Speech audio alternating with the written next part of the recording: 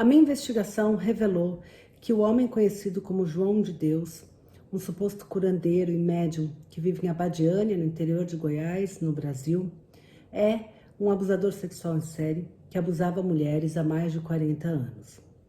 Tudo começou porque eu sou roteirista de um programa da TV Globo chamado Conversa com Bial. É um programa de entrevistas apresentado por Pedro Bial, um jornalista brasileiro. E o Pedro Bial iria entrevistar o João de Deus. E eu comecei a fazer uma pesquisa para essa entrevista.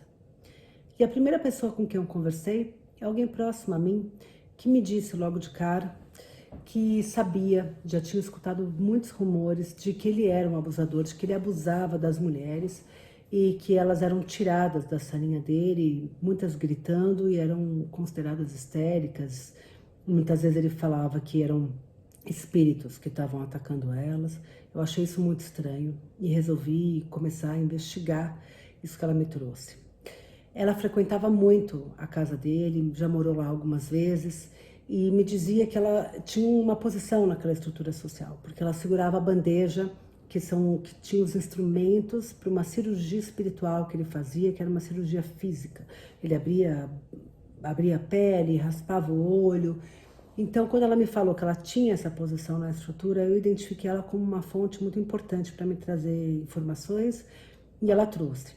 Ela me passou a mulheres que ela já tinha escutado e visto terem esse tipo de reação. E a primeira mulher com quem eu conversei, que foi abusada sexualmente por ele, me apresentou um diário que ela escreveu há 40 anos. E ela descrevia tudo que ela tinha passado. E eu achei aquele diário muito, muito impactante. Depois eu encontrei um post, um depoimento na rede social feito pela holandesa Zahira Mus, que descrevia os abusos que ela tinha sofrido. E eu vi semelhanças já entre eles. E conforme eu fui conversando e achando mulheres que topavam falar comigo, isso foi crescendo, eu vi muitas semelhanças entre os depoimentos, eu vi também forma disso ser acobertado por pessoas ao redor dele.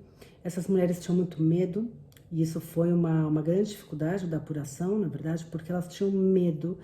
Me diziam que ele era... tinham medo pela própria vida, me diziam que ele era cercado por homens e guarda-costas e homens fortes dele que andavam armados e mostravam a arma, faziam questão de mostrar a arma para elas, naquele lugar, naquele espaço. Então, elas temiam pela própria vida ao falar comigo, principalmente ao expor publicamente, né, algo que falava sobre um homem até então intocado, que tinha uma imagem intocada, que era realmente considerado de Deus, um homem livre e poderoso, não só no Brasil, mas no mundo. Nos Estados Unidos, na Alemanha, na Austrália, na França, ele tinha realmente um poder internacional e era reconhecido por isso. Então elas tinham medo pela própria vida e elas tinham medo de algo muito específico desse caso, que é de retaliação espiritual. Elas diziam que se ele tinha um poder de cura, e muitas acreditavam, mesmo com abuso sexual, acreditavam que ele tinha um poder de cura. Se ele tinha um poder de cura, ele também tinha um poder de fazer o mal. Quem tem o poder de fazer o bem também teria o poder de fazer o mal. E ele usava disso para ameaçá-las mesmo, verbalmente. Em muitos casos ele dizia, se você contar isso para alguém, sua mãe vai ficar doente, vai morrer de câncer, seu filho vai ficar doente, a sua doença vai voltar. Então elas tinham muito medo de só de falar comigo algo ruim acontecesse com elas e elas associariam aquilo a falar comigo. Isso foi uma dificuldade enorme, porque se algo realmente acontecia, tipo bater o carro ou um lustre piscar, elas associavam negativamente a estarem já em contato comigo. E então isso foi uma dificuldade. Uma outra dificuldade bem específica dos casos de abuso sexual é que elas temiam uma retaliação também pública, de que a sociedade duvidasse delas, da palavra delas, as questionasse, perguntasse por que você não saiu correndo, por que você não denunciou, né? Será que você não o induziu ao ato sexual? Que é um tipo de questionamento que muitas mulheres passam e elas tinham medo disso. E o medo delas fazia sentido, tanto é que depois que a minha denúncia foi ao ar, isso foi em dezembro de 2018, a Zahira Mus, que foi a única a realmente mostrar o rosto, as outras deram um depoimento em off, né, sem mostrar o rosto, sem se expor. A Zahira Mus foi acusada por diversas fontes, principalmente pelo advogado do João de Deus, que disse ter um dossiê contra ela, dizendo que ela era uma grande vigarista. Esse dossiê nunca foi exposto e ela não tem nada de vigarista. Aquilo foi utilizado para tentar tirar o valor da palavra dela, o peso e a importância desse testemunho, né? Tirar isso como, desvincular isso de uma prova. E é muito dolorido passar por isso. Então, essa foi, acho que, a maior dificuldade que eu tive, né? O medo.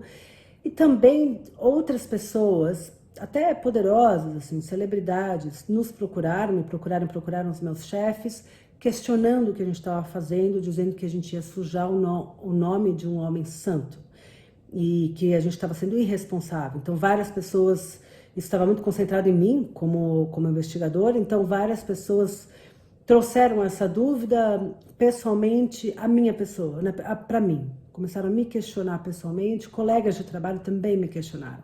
E falaram que eu estava fazendo eu me arrepender muito de estar duvidando de um homem tão bom, que trazia tanta cura para o Brasil e para o mundo. O impacto dessa investigação foi gigantesco. Assim que a gente conseguiu colocar no ar, que foi sexta-feira, dia 7 de dezembro de 2018, várias mulheres vieram à tona com seus depoimentos e vieram publicamente para falar sobre o que elas tinham sofrido. Então, na terça ou quarta-feira, logo em seguida, menos de uma semana depois, ele foi preso. E ele foi preso porque uma das vítimas, uma das fontes, foi ameaçada, e ela me descrevia também nessa ameaça, e por ela ter sido ameaçada, a juíza considerou que ele deveria responder ao processo preso, uma prisão preventiva, e ele foi preso e foi condenado, e os processos se multiplicaram. Mais de 400 mulheres, inclusive menor de idade, vieram à tona e contaram os seus relatos. E depois também dessa denúncia, eu continuei investigando e descobri outras facetas desse homem, como envolvimento em homicídios, tráfico de urânio, diversas outras denúncias, e fora do Brasil também, né? Descobri uma denúncia nos Estados Unidos de abuso sexual dele. E essa investigação levou a uma série documental chamada Em Nome de Deus, que está no Globoplay. E isso também teve uma repercussão muito grande, tanto a primeira denúncia quanto a série, também no sentido de incentivar outras mulheres a exporem seus abusadores. Então, outros gurus e líderes espirituais foram expostos e denunciados formalmente depois do caso do João de Deus. Então, ele realmente teve uma repercussão e uma influência muito positiva para o Me Too brasileiro, digamos assim. O que eu recomendaria para alguém que tem interesse em investigar esse caso é acolher as dores dessas vítimas, esperar o tempo delas. Eu acho que numa entrevista, numa apuração com pessoas que são vítimas de abuso sexual, é muito importante esperar o tempo da pessoa e não o seu tempo, não ter pressa nessa apuração. Muitas vezes aquela pessoa não quer contar logo de cara o que aconteceu com ela. Ela pode ter culpa, pode ter vergonha, pode ter muitos sentimentos complexos ali dentro. E pode querer ter uma conexão com você antes de se abrir. Conhecer você, talvez, né? Entender quais são os seus objetivos como jornalista, né? Eu acho isso importante. Esperar, ter esse tempo, não ter a pressa para colocar uma denúncia dessas no ar.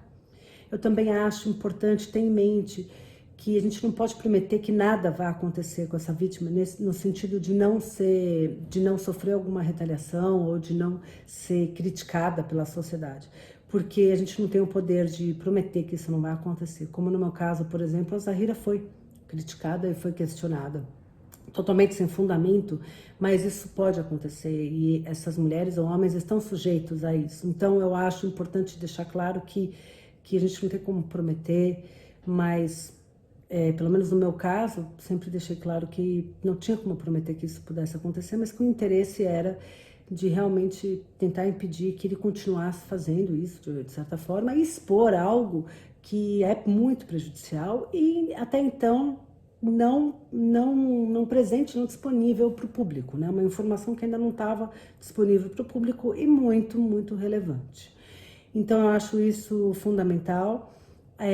No caso também de mulheres que sofreram abuso sexual, eu acho importante ter uma orientação jurídica, sabe? Porque elas têm muita dúvida sobre isso, sobre que tipo de abuso sexual é isso, uma importunação, é estupro, não é? Elas têm dúvidas realmente legais sobre se podem processar ou não e qual categoria isso caberia, né? Então eu acho que uma orientação jurídica é super importante. E ler sobre o assunto juridicamente, outros casos, eu acho que pode ajudar também a dar mais confiança, né? E eu acho que é isso. Estou à disposição para quem quiser saber mais sobre a minha investigação, a minha apuração, que eu tenho muito orgulho de ter conseguido concretizá-la e levar ao ar algo que foi tão importante para a sociedade brasileira e eu adoro falar sobre isso. Então, quem quiser me procurar para saber mais, eu estou à disposição nas redes sociais e agradeço muito por essa premiação. Foi uma premiação que me encheu de orgulho, sem dúvida. Tenho maior estima e valorizo demais esse prêmio e tenho só a agradecer por ter recebido esse prêmio e incentivo todos os jornalistas a nunca desistirem das suas investigações, porque vale a pena. Obrigada.